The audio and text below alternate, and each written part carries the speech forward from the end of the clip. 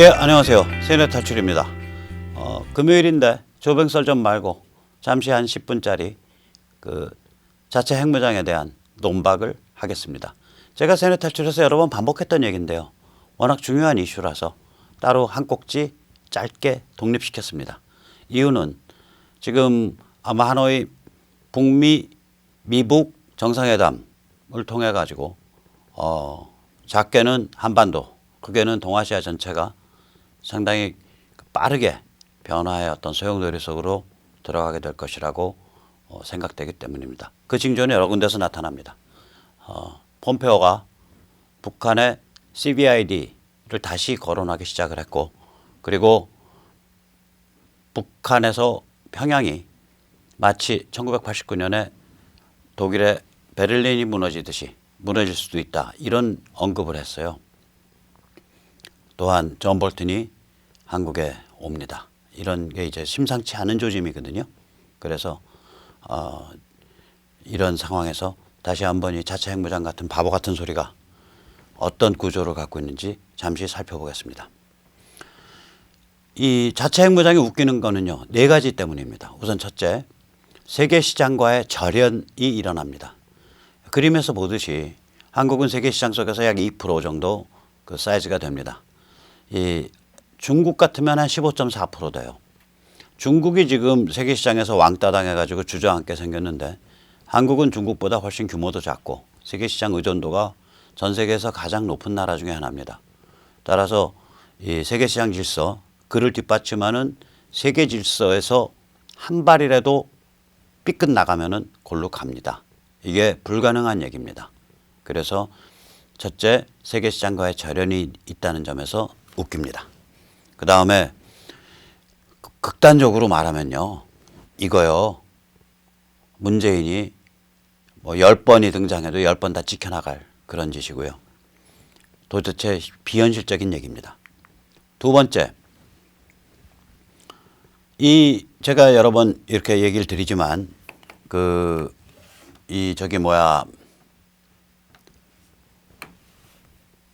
전술핵과 전략핵 사이에 이 구별이 없어졌어요.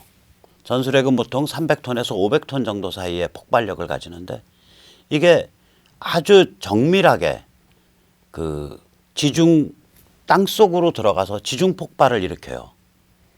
그러니까 이 땅 속에서 터지는 바람에 말하자면은 저게 일어나거든요. 땅 속에서 터지니까 일종의 지진파가 일어나요. 그라운드 샥 이펙트가, 지진파가 일어나서 파괴력은 폭발력 대비 한 20배 정도 됩니다. 그러면 만약에 이걸 5만 톤에 세팅을 해놓고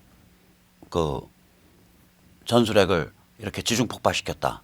그러면 이게 파괴력은 100만 톤이에요. 파괴력 100만 톤이면요, 히로시마의 60배가 넘습니다. 그러니까 전술핵과 전략핵의 차이점이 없어졌어요. 핵폭탄이 사이즈가 작냐 크냐, 이게 차이점이 없어진 거예요. 또 워낙에 작기 때문에, 길이라 그래야 한 3, 4m.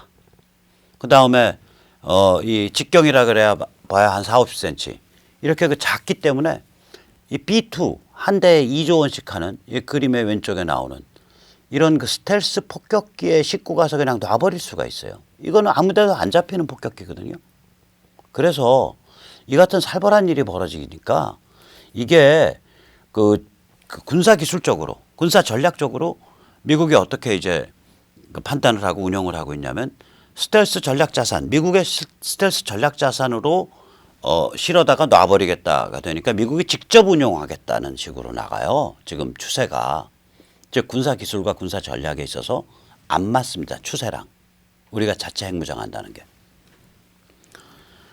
세 번째 이유는 뭐냐? 우리 핵무장 얘기하는 사람들이 흔히 말하는 게, 핵이라는 건 재래식 무기에 비해서 비대칭 무기야.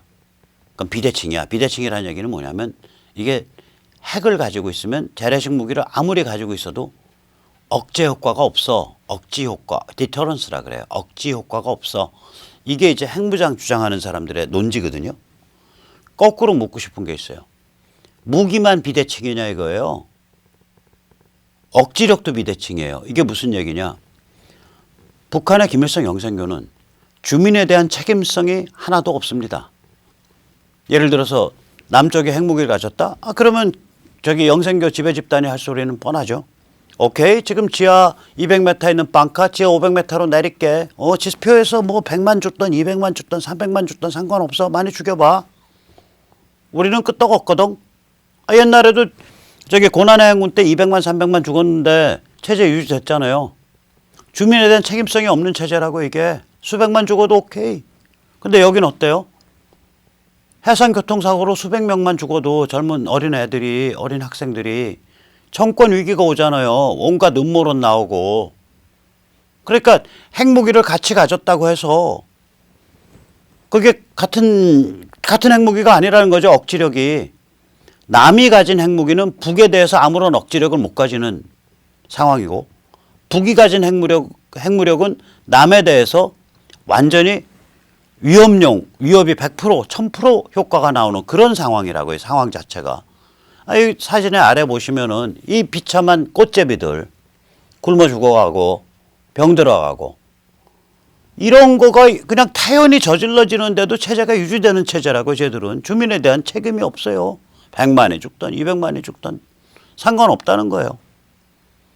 그러니까 억지력도 비대칭이기 때문에 남의 핵, 북의 핵, 그래서 쌤, 오케이. 이게 착각이라고요. 마지막으로 제일 중요한 게 뭐냐. 아니, 지금 핵무기 개발하면 누가 운영하냐고. 앞으로 문재인이나 뭐 586 집단이 다시 정권 안 잡는다는 보장이 있어요? 그런 성격의 사람들이? 그럼 문재인, 임종석 호주머니에 핵무기 넣어줘요? 대한민국이요? 이미 대한민국 없어요. 대한민국은 없습니다. 이미 해체됐습니다. 여기는요, 이 땅은 친중, 친북, 유사 전체주의가 날뛰고 그것이 사회 전체, 정치 권력뿐만 아니라 언론, 법조, 학계, 교사, 문화 이걸 전부 장악하고 있어요. 이런 체제가 핵으로 무장해요? 인류의 재앙이죠. 쉽게 말해서 친북 성향, 친중 성향 있는 사람들, 우리 민족끼리 성향 있는 사람들이 이런 말이에요. 아, 북의 핵이 별거야? 거기 통일되면 북의 핵도 우리 핵이야. 그런 말 하죠. 자, 이제 남까지 핵을 갖춰요. 그러면 이제 시진핑이 뭐라 그럴까요? 중국 애들이. 남의 핵, 북의 핵, 전부 우리 중국 핵이랑 다름없어. 이렇게 말을 한다고요. 이거는 중국 손에서 놀아나는 일이에요. 중국이 정말 바람하지 않는 상황이에요. 그러니까 남한이, 대한민국이 세계 질서, 세계 시장으로부터 이탈해서 찐따 같은 자급자족 혹은 쭈그러든 혹은 중국을 빨 수밖에 없는 그런 체제가 돼서 남북 친중 반미 코리아 연방이 되는 그런 길입니다. 이게. 그러니까 중국으로서는 너무너무 반가운 소리예요. 이게. 그러면 이른바 우파니 이른바 보수니 이런 사람들이 이런 소리를 한다? 그럼 묻고 싶은 말이 있어요. 당신 바보야? 아니면 중국 간첩이야? 누구한테 유리한 소리 하는 거야?